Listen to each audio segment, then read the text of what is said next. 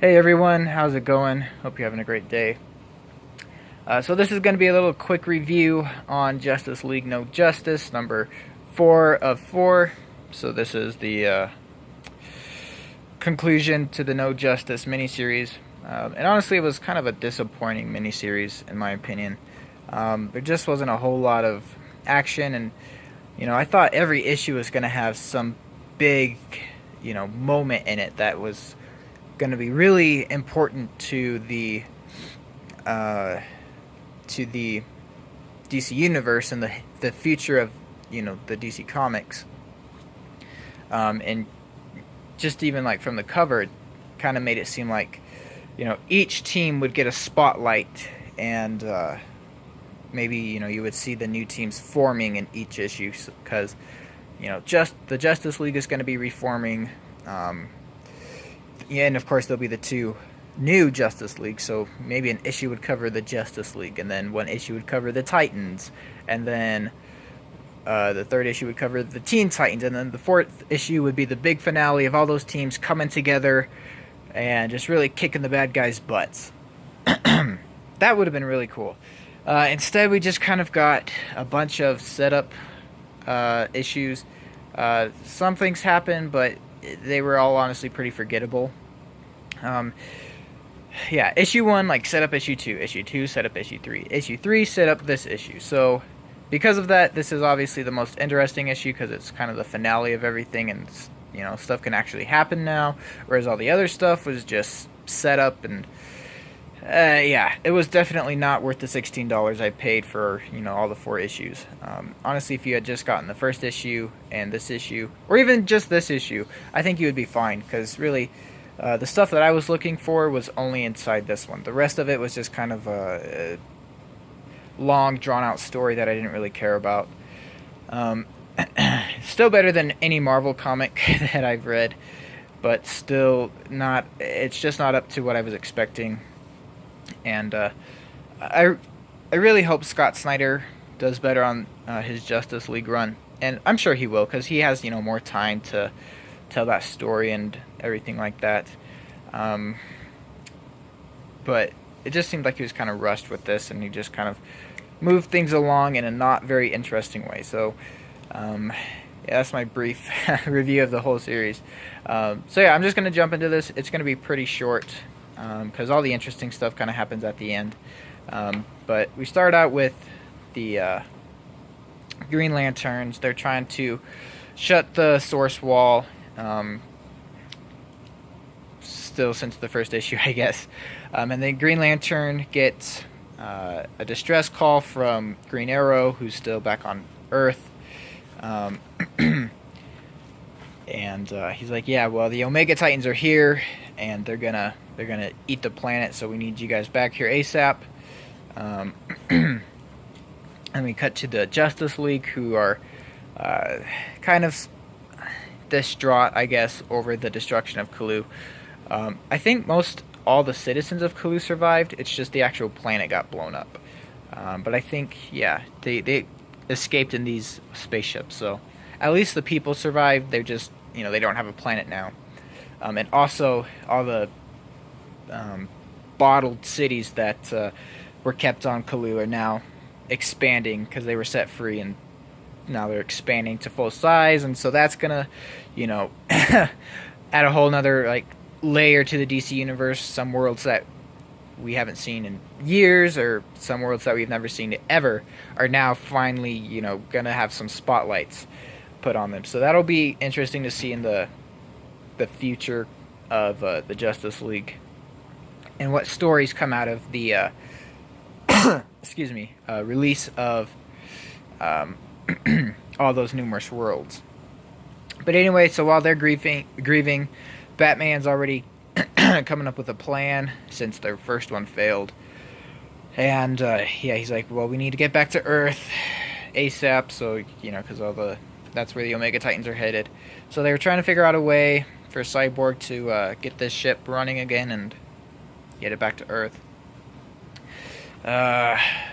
This character, he's Brainiac's son, and he's kind of an obnoxious side character that doesn't really have anything to do with the actual story. He never really does anything. Yeah, he's just kind of there to be annoying. So yeah, he refuses to help them, disappears, blah blah blah, whatever. Here's all the worlds I was talking about, by the way. So yeah, these were all bottled up on Colu, literally put into bottles, and now they're being, now they're expanding to full size because they released them in, I think, the last issue. So that will be interesting to see what worlds come to light and how they interact with each other and everything like that. So kind of the first big new thing for DC happens right here. Nah, nothing's really happened here. Supergirl's just checking out the Tree of Mystery. Green Arrow and Amanda Waller, who have honestly stayed the exact same through all 3 issues. They've just been basically yelling at each other. Amanda's blaming Green Arrow for the destruction of the Earth, which it hasn't even been destroyed yet, but she's like, well, we could have stopped it if we used all the nukes. And Green Arrow's like, yeah, but then a million people would have died and that's not worth it, yada yada yada. So yeah, then the Justice League, they finally make it back to Earth. Cyborg apparently plugged in his mother box, and that gave the ship enough juice to get back to Earth. They come and they basically are just going to try a new version of their plan to destroy the Omega Titans. Instead of trying to awaken all 4 trees, they're just going to charge one of the seeds with all 4 energies, so that way they'll be drawn to that single seed instead of all the trees. So yeah, that's what they do. Yeah, so they get the seeds all charged up. Yeah, so Flash runs it to Cyborg. He charges it. Wonder Woman charges it with Wonder. He charges. Martian Manhunter charges it with Mystery. And then Slade tries to charge it with Entropy, but he's not able to. So Lex Luthor's like, "Give it to me, and I'll charge it." That was kind of cool. That was a cool part. So yeah, the seed's all ready, and Hal Jordan's getting ready to shoot it into the heart of the Entropy Titan, so that hopefully the other 3 Omega Titans, his brothers, will like feast on him to get the energy. Kind of a weird, crazy plan, but hey, whatever. If it works, it works. So yeah, Green Arrow's like, yeah, look, I know that's like the most powerful weapon in the universe, but you're still a crap shot.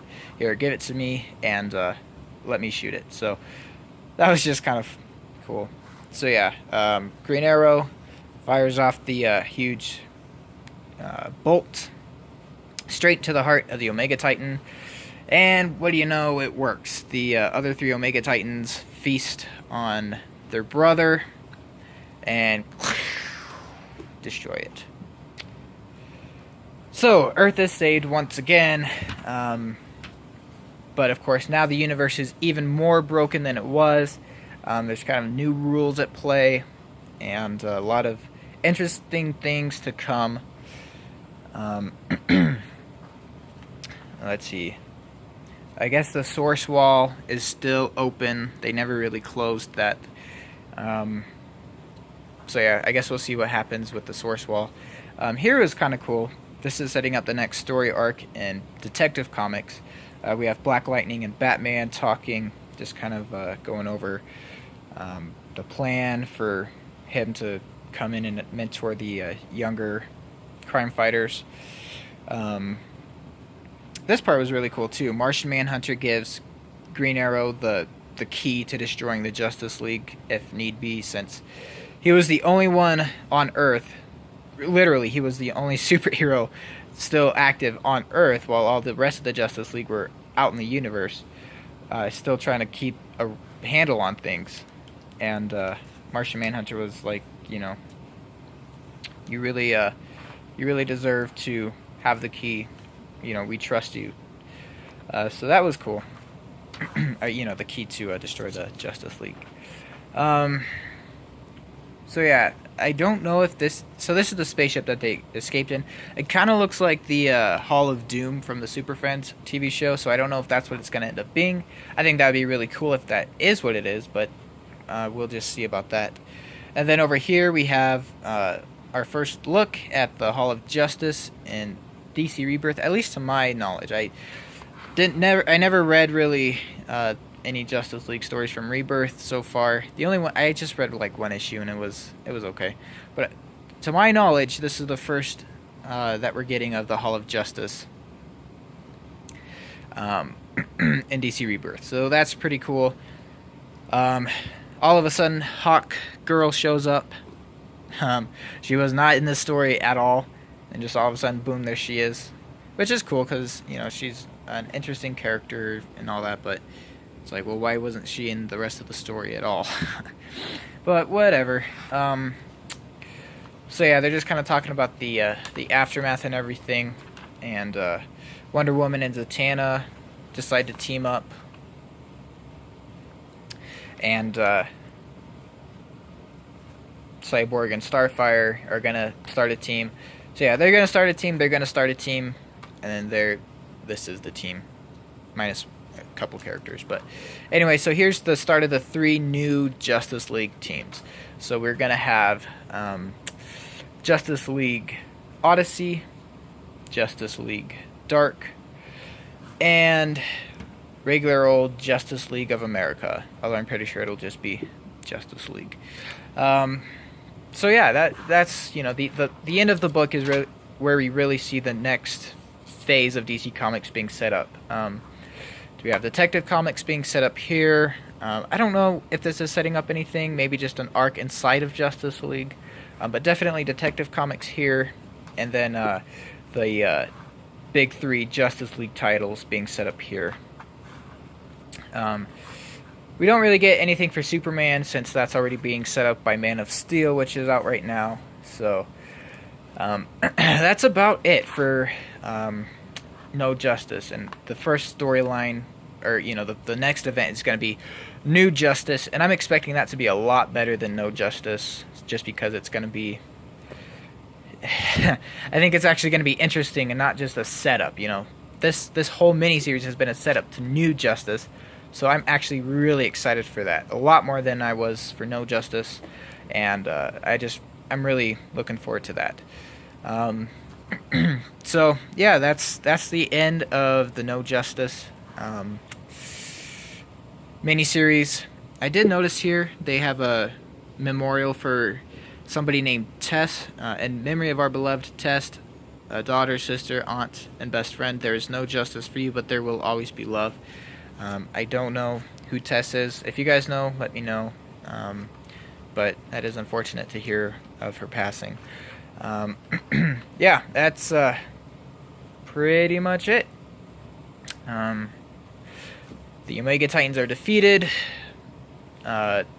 Justice League Dark, and Justice League Odyssey all get their beginnings. And Detective Comics, we get a sneak preview of that next story arc. Besides that, the whole series was a little slow. This was really the only interest. This is the one that I enjoyed the most, just because stuff actually happened. We still don't know if Brainiac is going to come back. He died in the first issue, and then also Starro died in the last one. Who knows if they'll come back? That's kind of an unanswered question. What will happen with the Source Wall? We don't really know. Those all sound like story arcs for the new series that are going to be coming out. So anyway, that's going to do it for this review. I hope you guys enjoyed, and let me know what you thought of the issue. Let me know what you think is going to happen in the future of DC Comics, and thanks so much for watching. I really appreciate it, and I'll see you guys in the next video. Bye.